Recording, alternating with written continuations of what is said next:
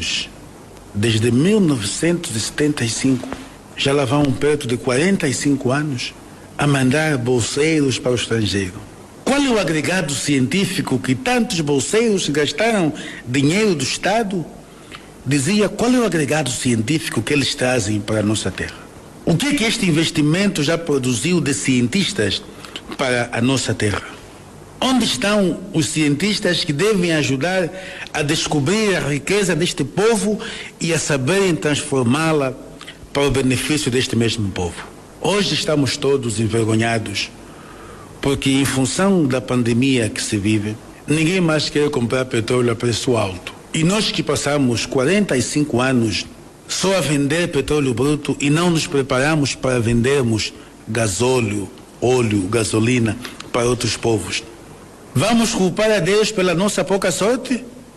Ou vamos culpar as nossas péssimas opções, que olharam sempre para ambições desmedidas de dar para fora aquilo que poderia gerar o melhor para todos nós?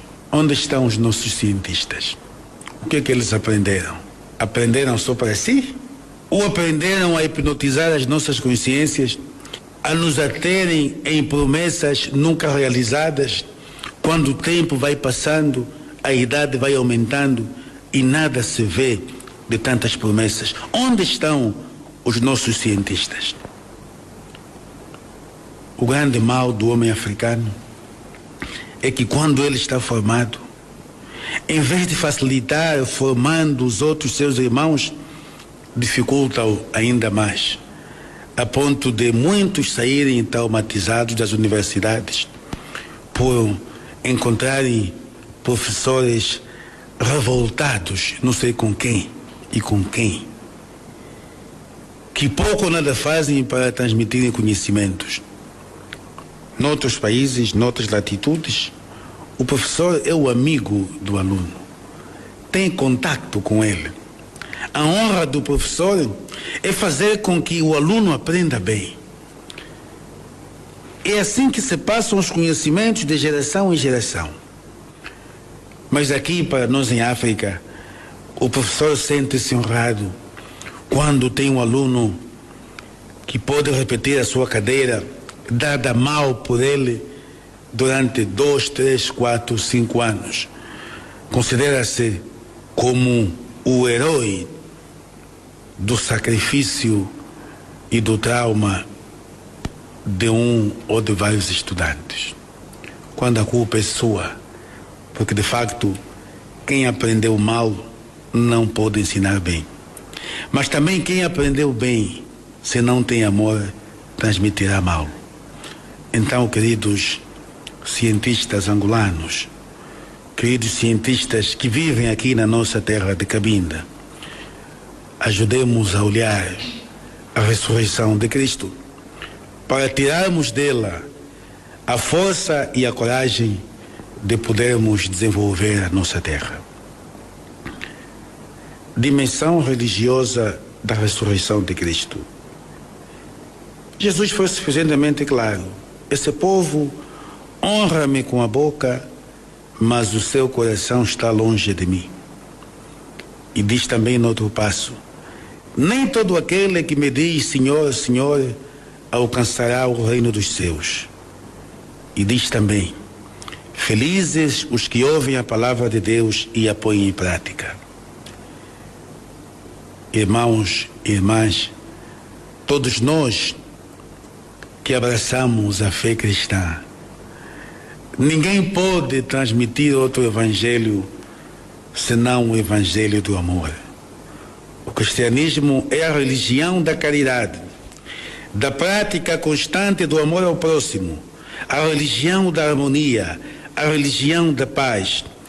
Quem não atingiu a velocidade do amor e do perdão é um simples catecúmeno mental permanente, é um raquítico na fé. Ninguém faça dos nossos templos um lugar de exploração dos mais fracos, como daqueles que veem com soluções para todos os problemas do povo, para todos os problemas do mundo, prometendo falsamente às pessoas, obrigando-as a pagar como se Deus precisasse de dinheiro.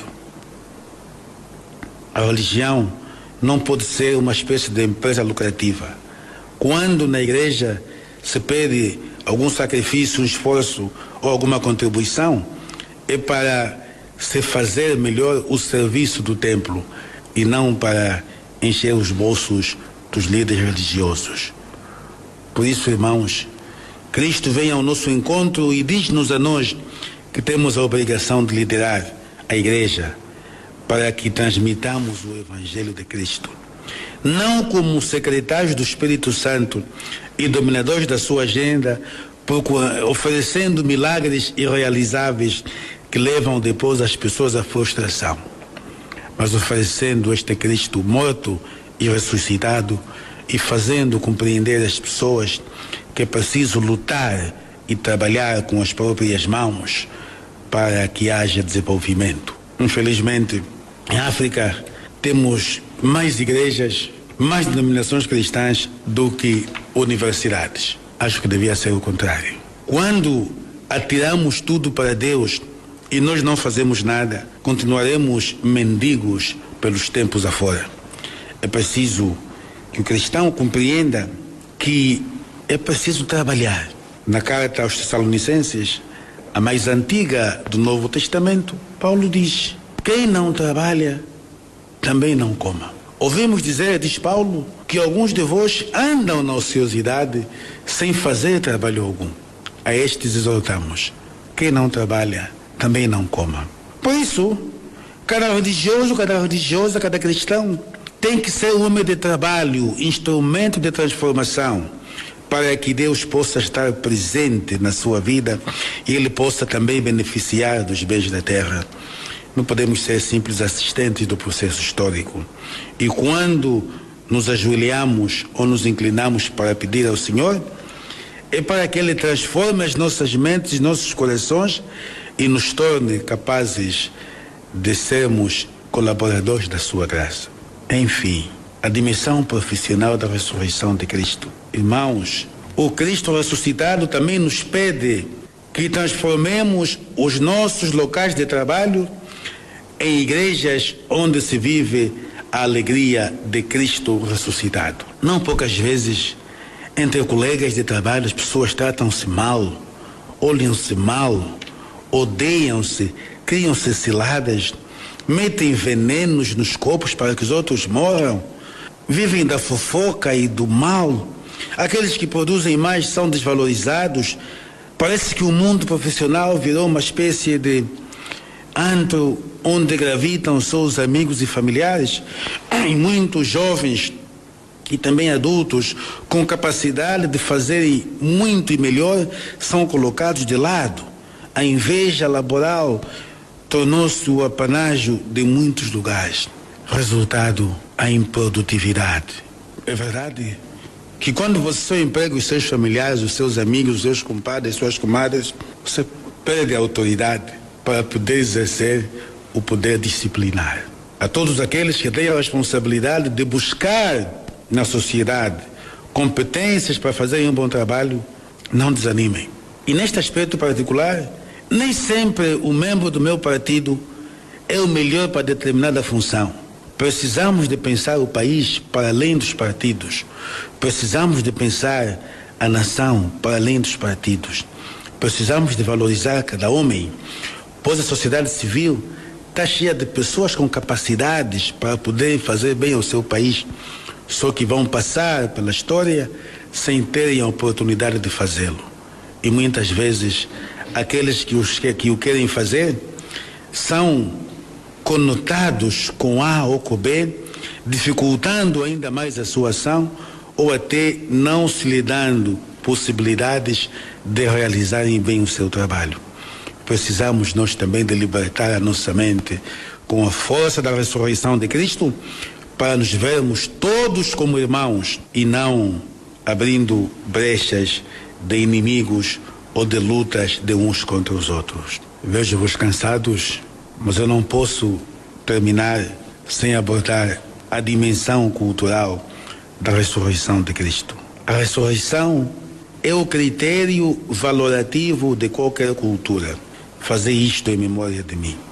Um bom cristão não deve envenenar nem tomar banhos tradicionais para manter o emprego. Os nossos óbitos devem ser lugares de esperança que nasce da fé, e não da humilhação das viúvas e dos órfãos, nem do roubo dos seus bens, a pretexto de uma tradição contrária ao Evangelho de Jesus. Se morremos com Cristo, também com Ele viveremos, superando o tribalismo doentio presente em muitas mentes da nossa terra. Meus irmãos e minhas irmãs, as nossas culturas devem ser banhadas pela força da ressurreição. E isto deve obrigar os pais das noivas a verificarem bem as suas listas de pedidos de casamento. Ladrões são aqueles que aproveitam-se de uma circunstância que seria de alegria e de unidade familiar para poderem ter bens e satisfazerem os seus gostos de bebida.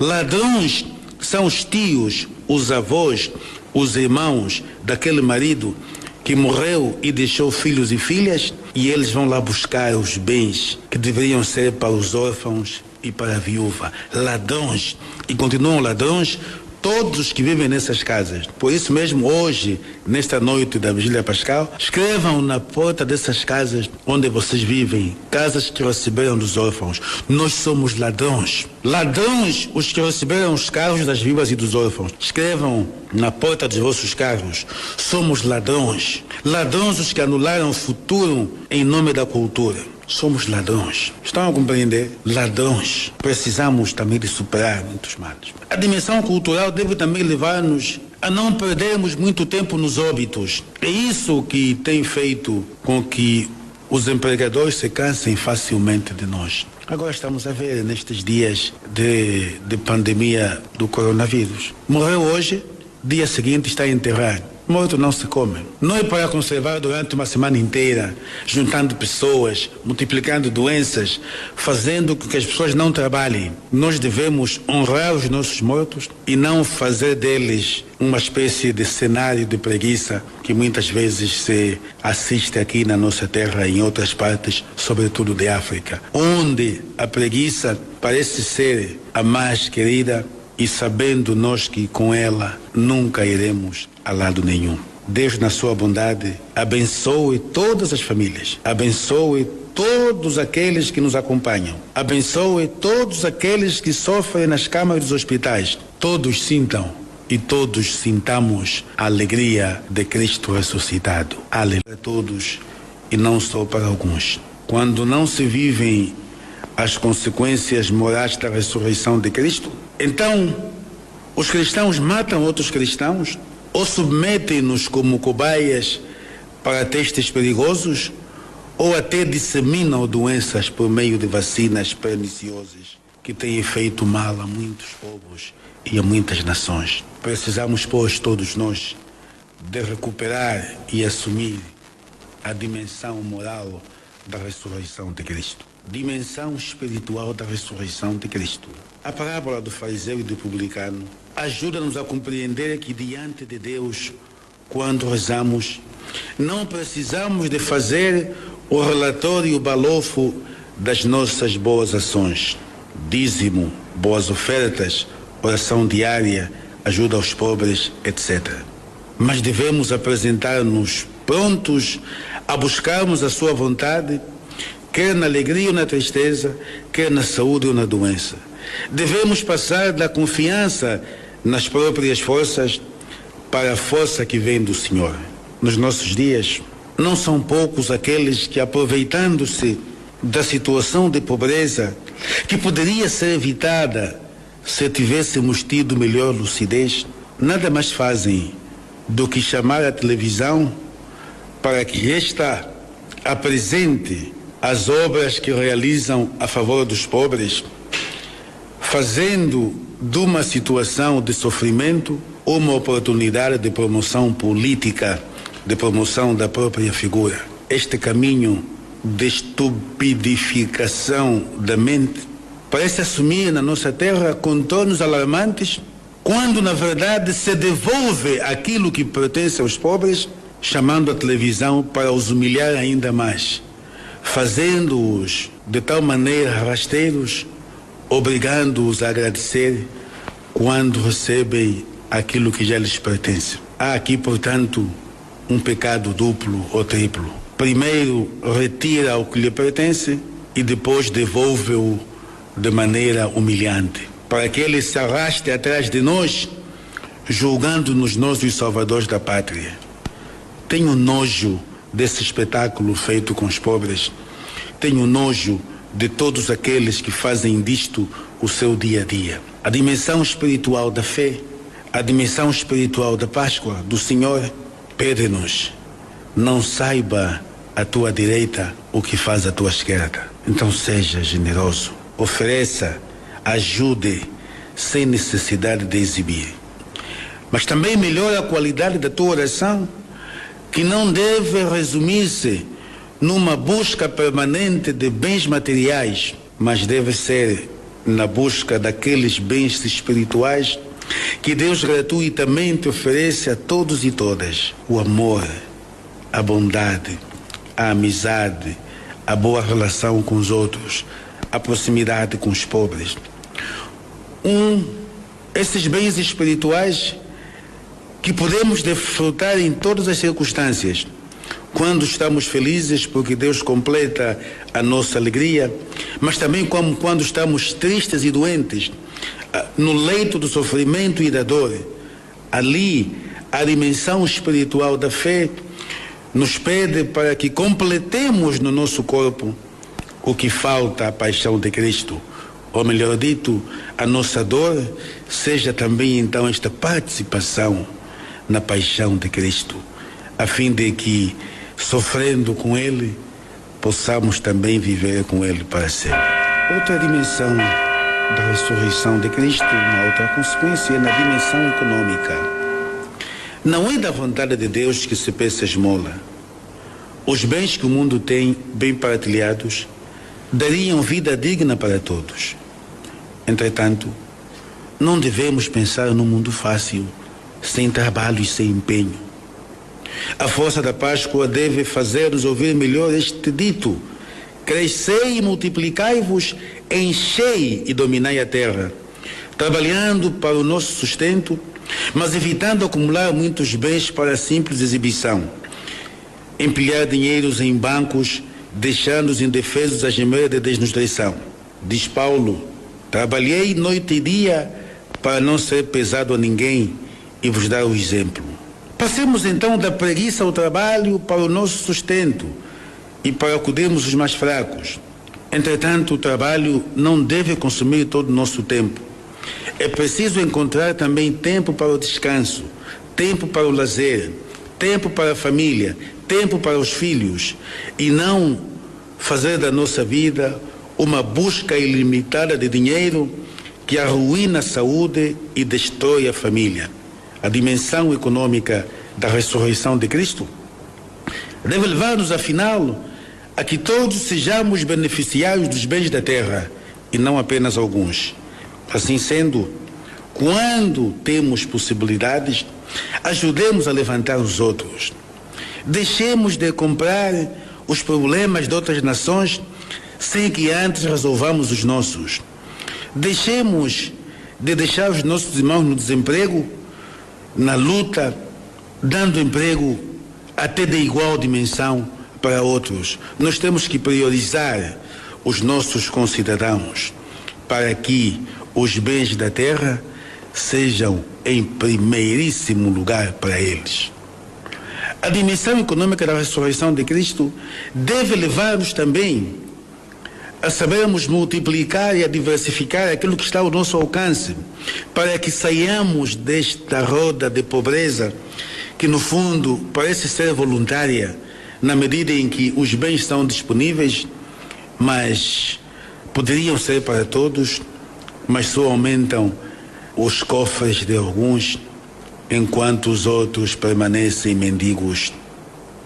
Por isso, vai este apelo àqueles que têm o poder de decisão: enchei e dominai a terra, não sozinhos, mas com os outros. A presente situação de doença que vivemos deve obrigar-nos a uma grande reflexão, de sabermos que no momento da dificuldade Cada um fecha as suas fronteiras para se proteger e cada um deve lutar com os meios que estão à sua disposição. É nesta hora que certamente aqueles que levaram tanto dinheiro do país devem começar a bater no peito e dizer: quanto mal fizemos ao nosso povo, quanto mal fizemos aos nossos irmãos, quanto mal fizemos à nossa terra, quanto mal fizemos ao adiarmos decisões urgentes que hoje nos fazem falta, chamando empresas de qualidade duvidosa que fizeram aqui coisas descartáveis e dividiram com aqueles que tinham o poder, o pouco dinheiro ou até o muito disponível, enriqueceram as suas nações e empobreceram as nossas.